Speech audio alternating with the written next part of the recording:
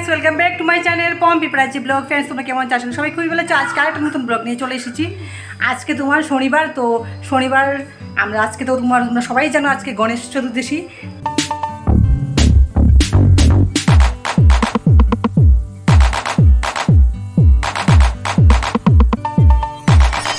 তো গণেশের পুজো হচ্ছে, আমরাও গিয়েছিলাম বাজারে।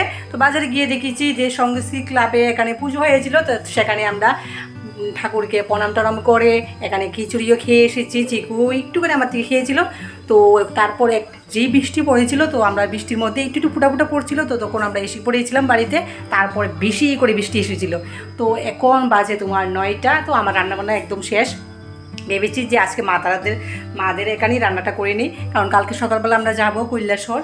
তো আর আমার কিচেনে আমি আজকে রান্না করলাম না, কারণ সকালবেলা তো এইসব পরিষ্কার করতে হবে। আমি এখন কয়দিন ধরেই রাতের বেলায় সব বাসনপত্র সব ধুয়ে রেখে দিই। আর এখন আমি কী রান্না করেছি সেটাই তোমাদের সাথে শেয়ার করবো। আর কালকে তোমরা ব্লগে দেখতে পারবে যে আমরা কীভাবে বাড়ির থেকে চিউকে নিয়ে যাচ্ছি ট্রেনে করে। অনেক দিন পর আবার যাচ্ছি, কারণ বোনের বিয়েতে গিয়েছিলাম তোমার বাইরে মধ্যপ্রদেশ। তো এখান থেকে এসে তারপর গিয়েছিলাম বাড়িতে, অনুষ্ঠান ছিল। অনেক দিন থেকে এসেছিলাম, 1-1.5 মাসের মতন কৈলাসহর থেকে এসেছিলাম। তো অনেক দিন হয়ে গেছে, এখন 3-4 মাস হয়ে গেছে। তো এখন আর যাইনি। তো আজকে আবার কালকে আবার যাব। তো তোমাদের সাথে পুরো ব্লগটাই শেয়ার করতে থাকবো। আর অনেক দিন পর আবার থ্রেডিং করেছি। দেখো, বুড়িটির তোমার থ্রেডিং না করলে চেহারাটা কীরকম জানি হয়ে থাকে। তো বন্ধুরা, আমি তোমাদেরকে একটু সিম্পল রান্না করেছি, তো এর সাথেই তোমাদেরকে দেখাচ্ছি কী রান্না হচ্ছে। এটা একটা জলের মতন, এটা তেঁতুল দিয়ে করি। এটা একটা চুকা রেসিপি, সেটা দিয়ে মাছের ভাজা, আলু সব কিছু খাওয়া যায়।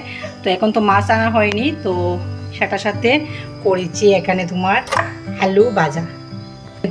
এখানে আছে দেখো গুদক, সেটা দুপুরে করেছি। তো সেটার মধ্যে সিদ্ধ দিয়েছি, অনেক কিছু আছে। তো সেগুলি ভর্তা করে নেব। সিম্পল রান্না আজকে, রাতের খাবার।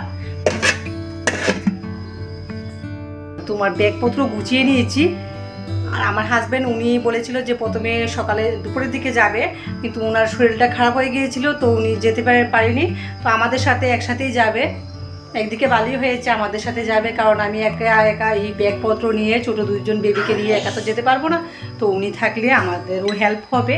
তো তোমাদের সাথে শেয়ার করব। আর কিসের জন্য যাওয়া হচ্ছে তার ব্লগটা তোমরা এখন সব কিছু বলে দিলে তোমরা দেখবে না, তাহলে তোমরা ব্লগটা কন্টিনিউ করতে থাকো বন্ধুরা। তো ব্লগেই দেখতে পারবে আমরা কিসের জন্য যাওয়া হচ্ছে কৈলাসহর। আর এখানেও পুজো হচ্ছে, গণেশ পুজো। তো সেখানেও গিয়ে পুজোর ভিডিওটা তোমাদের সাথে শেয়ার করব যদি যাই। তো কিপ ওয়াচিং। আর চিকু কি করছে, পুরো বোতলের জল খালি করে নিয়েছে। চিকু কিন্তু এখন অনেক দুষ্টুমি করা শুরু করে দিয়েছে।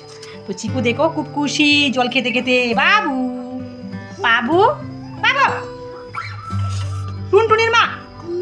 গরম প্রচন্ড, তো চিকু বেশিরভাগ খালি গায়েই থাকে গরমের জন্য। দেখো কি করছে বাবু।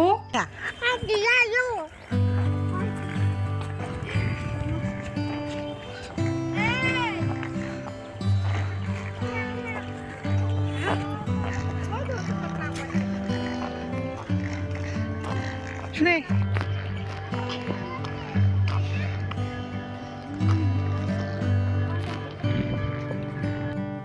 দেখো ফ্রেন্ডস, রেল স্টেশনে এসে গেছি। আর দেখো চিকু কীভাবে ওর পাপাকে রাখছে।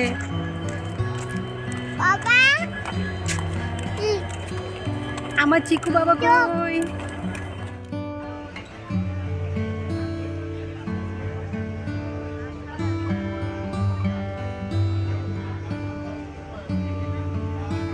বন্ধুরা, আমরা এসে গেছি কুমারঘাট রেল স্টেশন। তো এখান থেকে আমরা গাড়ি দিয়ে যাব। তো এই দেখো প্রাচীর অবস্থা দেখো। আর চিকু এখানে পাপার সাথে দাঁড়িয়ে আছে।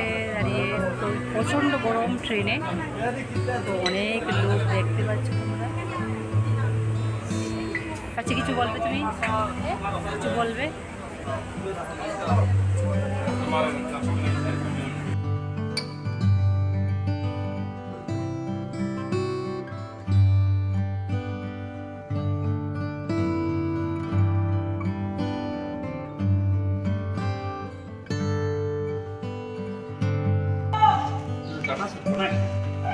ঠিক ওই একটু বড় কি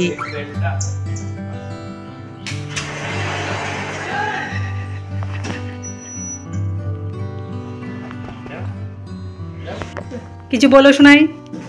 এই দেখো আমরা এসে পড়েছি এখন। আর এখানে এসে কারেন্ট নেই, তো প্রচণ্ড গরম। অনেক গরম। আর চিকু দেখো খালি গায়ে খেলাধুলা করছে। এখন রুমগুলিকে পরিষ্কার করতে হবে, কারণ সবগুলি রুম নোংরা হয়ে আছে, বাড়িতে কেউ নেই। যে ঘরে আমরা থাকি সেই ঘরগুলি সবই খালি খালি হয়ে আছে, তো রুমগুলি পরিষ্কার করব, তারপর তোমাদের সাথে। নতুন গ্রিল লাগানো হয়েছে এখানে, এই দেখো। আর এখানে জানলা লাগানো হয়েছে, এই জানলাগুলো এখানেও আছে। ঠিক আছে, পরে একবার টোর দিয়ে দিয়ে তুমি। তো এখন ফ্রেশ হবো, ঘরগুলি পরিষ্কার করব, তারপর খাবো দাবো, স্নান করবো আবার। বন্ধুরা, আজকে ব্লগটা এখানে শেষ করে দিচ্ছি। ভালো লাগলে লাইক, কমেন্ট আর শেয়ার করে দিয়ে পাশে থাকবি। Bye bye.